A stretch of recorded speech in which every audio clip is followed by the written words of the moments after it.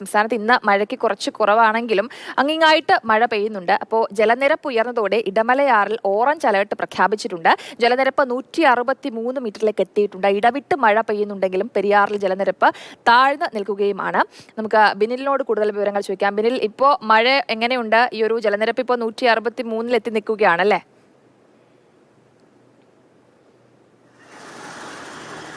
ജയലക്ഷ്മി, ഏറ്റവും പുതിയ വാർത്ത എന്നത് ഇടമലയാർ ഡാമിൽ ഓറഞ്ച് അലർട്ട് പ്രഖ്യാപിച്ചിരിക്കുന്നു എന്നതാണ്. 163 മീറ്ററായി അവിടുത്തെ ജലനിരപ്പ് ഉയർന്നിരിക്കുകയാണ്. കഴിഞ്ഞ ദിവസങ്ങളിലെല്ലാം തന്നെ ഇടവിട്ട് ശക്തമായ മഴ പെയ്തിരുന്നു. അങ്ങനെയാണ് റൂൾ കർവ് പ്രകാരം 163 മീറ്ററിലേക്ക് എത്തിയതോടെ ഓറഞ്ച് അലർട്ട് പ്രഖ്യാപിച്ചിരിക്കുന്നത്. പക്ഷേ ഡാം ഉടനൊന്നും തുറക്കേണ്ടി വരില്ല എന്നത് തന്നെയാണ് അധികൃതർ വ്യക്തമാക്കുന്നത്. കാരണം ഇപ്പോൾ ശക്തമായ നീരൊഴുക്കില്ല, അതുകൊണ്ട് തന്നെ ഡാം തുറക്കേണ്ടി വരില്ല എന്ന ഉറച്ച വിശ്വാസത്തിൽ തന്നെയാണ് ജില്ലാ ഭരണകൂടം മുന്നോട്ട് പോകുന്നത്. KSEB ആണെങ്കിൽ പരമാവധി വൈദ്യുതി അവിടെ നിന്ന് ഉൽപ്പാദിപ്പിച്ചുകൊണ്ട് ഡാം തുറക്കുന്ന അവസ്ഥ ഒഴിവാക്കാൻ ശ്രമിച്ചുകൊണ്ടേയിരിക്കുന്നു.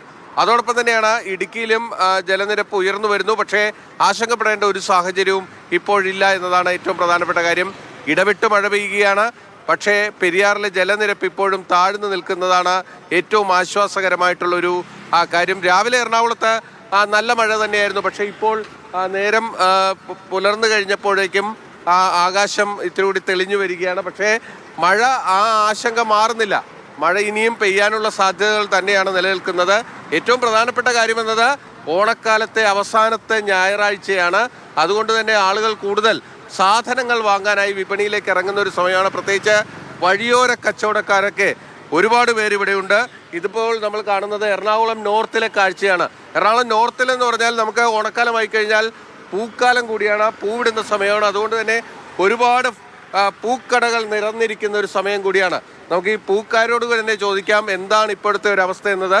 ഇന്ന് എങ്ങനെയുണ്ട് കച്ചവടം? ഇപ്പോൾ മഴ വന്നതിന് ശേഷം വളരെ കച്ചവടം വളരെ ഡിമ്മാണ്. ഇപ്പൊ ഈ പൂവിന്റെ ഒക്കെ വില എങ്ങനെയാണ്? ഈ പൂവിന് എന്താ വില കിലോയ്ക്ക്? 100 രൂപ. 100 രൂപ. കഴിഞ്ഞ ഓണത്തേക്കാൾ കൂടുതലാണോ കുറവാണോ? ഏകദേശം കൂടുതലാണ്. കഴിഞ്ഞ ഓണത്തേക്കാൾ പൂവിന് വില കൂടി നിൽക്കുന്നു.